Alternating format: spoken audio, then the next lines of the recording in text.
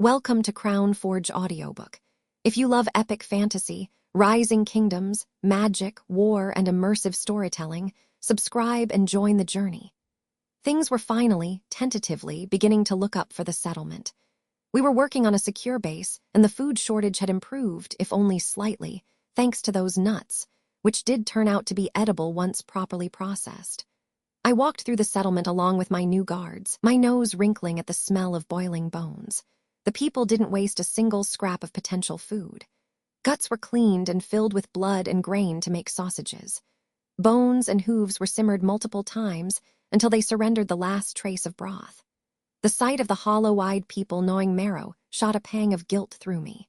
While that god had given me the amazing power to heal quickly, he hadn't mentioned it also gave me a voracious appetite. Hunger constantly gnawed at me, so I was eager to survey the land, catch some game in the process, and fill my own belly. I could not bear the shame of asking for more food in the settlement when most people ate thin gruel with the occasional fleck of meat. They were already feeding me far better than the rest, but it just wasn't enough. And as if hunger wasn't trouble enough, there was also the matter of the prick who knew of my real identity. I had to do something about him, soon. Looking at my new bodyguard's bows reminded me of something. I had the young, inquisitive carpenter brought over. He arrived nervous, eyes darting. "Aramid, why did your mentor glare when I spoke to you? Was it just that I addressed you before the more experienced folk, or is there something more?" He doesn't like that I ask too many questions, my lord." "Then he's a fool. A man who doesn't question doesn't learn." His face lit up with something that had been beaten out of him, hope. "How would you like to work directly for me?" I asked. "I have some projects in mind that will require a sharp mind, someone who doesn't just mindlessly repeat the way things have always been done but tries out new approaches. Special projects." "Me? Yes, but remember, experiments are worthless if they don't deliver results." He nodded, clearly embarrassed. I knew that look. Over-optimization was the bane of many an engineer and craftsman alike. It had taken years of frustration to pull myself out of the trap of perfectionism. I sketched the design for the bow magazine from memory, which made Lothar raise his eyebrows as he quickly figured out its purpose. "Like what you see, Hunter?" I asked. "It will more than double your rate of fire and let you hold your bow drawn practically forever." His eyes almost popped out of their sockets in response, making me chuckle. "Here's your first project, Aramid. It's a fairly simple construction, but it must work flawlessly. Unreliable tools can kill their wielders. Work with my bodyguards to test and refine the prototypes, and remember, it's to be kept secret at all costs." He nodded so hard I thought his head might fly off. I handed over the plans to him, which he held gingerly as if they were a sacred relic. "Aprilia, bring some water," old Matilda screeched. "Coming," Aprilia bellowed in response. She straightened, wincing at the ache in her back. "Damn that supreme leader," she muttered. Her hands still ached from smashing thousands of nuts. Thankfully, that job had been handed off to children. "I kind of like the taste of his nut flour," Emma said, grinning. "You would eat his farts and call them fragrant," Aprilia shot back. "Look who's talking. I'm not the one who stayed by his side every chance I got," her new friend teased. "He almost died saving my family. It was the least I could do. And now that he is up and walking, you know that Hussy Mia and her friends have stationed themselves next to his tent, ready to serve him whatever he wants, right? I'm not going to grovel for his attention like them. They're not groveling, they're being practical. If one of them catches his eye and marries him, that's food for her family for life. If you want to have a chance, which I know you do, you might want to do the same." "No, I don't." Aprilia spat with clenched teeth. She would not disrespect Paul by finding another man so soon. Sure, Lord Jack was a gallant warrior who risked everything for them, but he might also be a terrible man in other ways. "Aprilia, dear, can you fetch me some water?" her father asked at home, an old musty tent. Handing him a cup, she asked him, "How are your knees?" "Still hurt. They're asking me to switch to less demanding work." "Then why don't you?" "It pays less." The pay was food, which they didn't have much of. Aprilia knew that the work on Palisades and the surveys were important, but she wished everyone would just focus on the damn food. While they were not starving, the Cha weren't thriving either, and she hated that nut flour. Looking at her father's gaunt frame, she wondered if she should follow Emma's advice. Even with hundreds of men laboring an hour or two every day, it took more than a week to dig 314 meters, 1,030 feet, of deep foundation, thanks to a lack of proper tools. At the same time, the strongest and most skilled men cut down, processed, and transported 50 of the biggest trees to the construction site. Meanwhile, I worked with the craftsmen on refining the paper production method. I also came across another source of food in the process. Cambium, I said out loud, looking at the thin white layer between the tree's bark and heartwood. My lord, the budding papermaker asked. It's edible, I said, chewing the tasteless strips before wary eyes. It was the thin, nutritious stem cell layer of trees. I took some of it to a communal kitchen, boiled it, and offered it to the nearby people. They looked at me skeptically, but reluctantly tried it after I ate some myself. It tasted like cardboard, but it was calories. The people weren't thrilled to eat boiled wood, but it would stretch our food stores by weeks. Once I was strong enough to walk for hours, I began a survey of the valley to find out what other resources were available to us. We started from the eastern mountain range and headed towards the sea. The mountains melted into the heavily forested area 200 meters before the sea, through which the refugees had entered the valley. The forest came to an abrupt end at the cliffs by the shore. We named the forested stretch East Gate, as it was the only way to enter the valley from the east. Instead of delving deep into the dense forest, we approached the shore and walked along it, towards the other end of the triangle of the valley. The shore turned out to be around 5 kilometers long, the valley's widest part and somewhat craggy.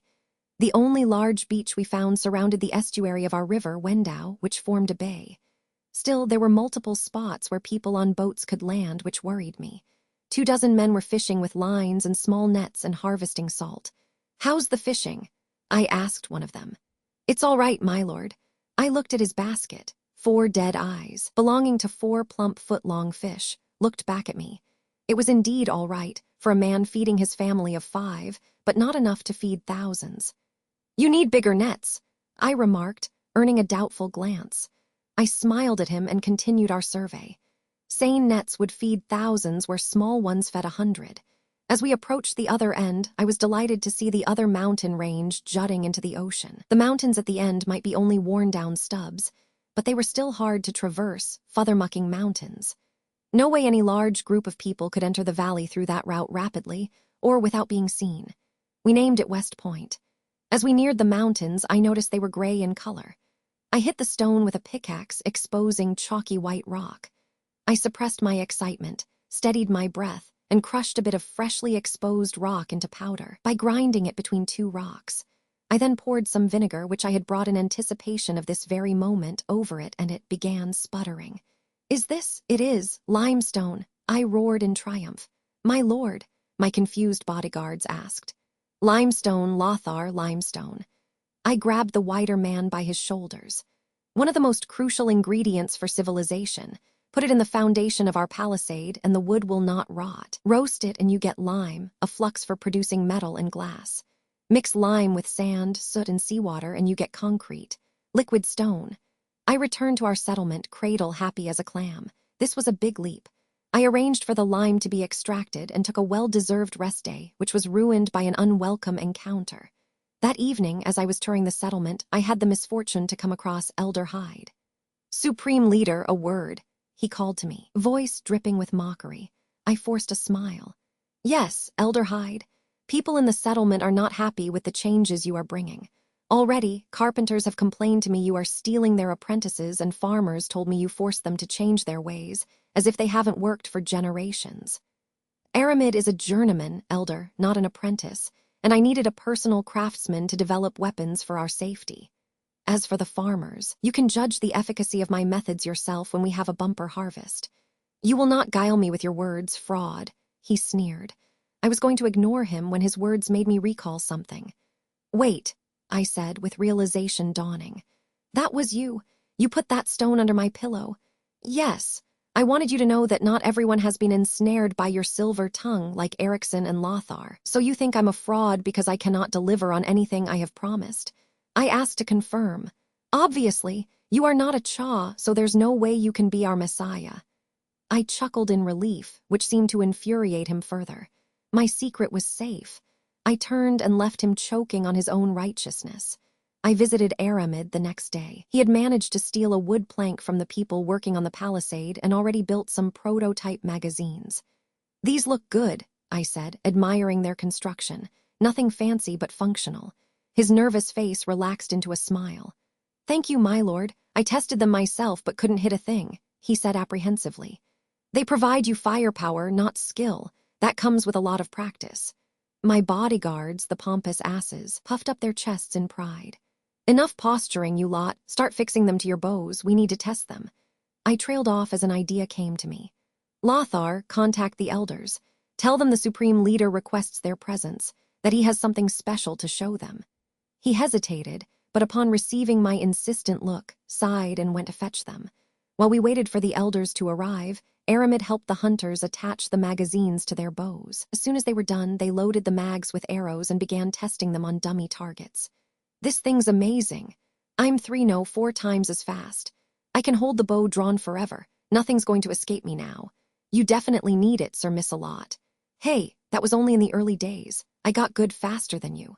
While the hunters were having fun with their new toys, the elders arrived accompanied by Lothar, Elderhide not bothering to hide his annoyance. "Elders, welcome.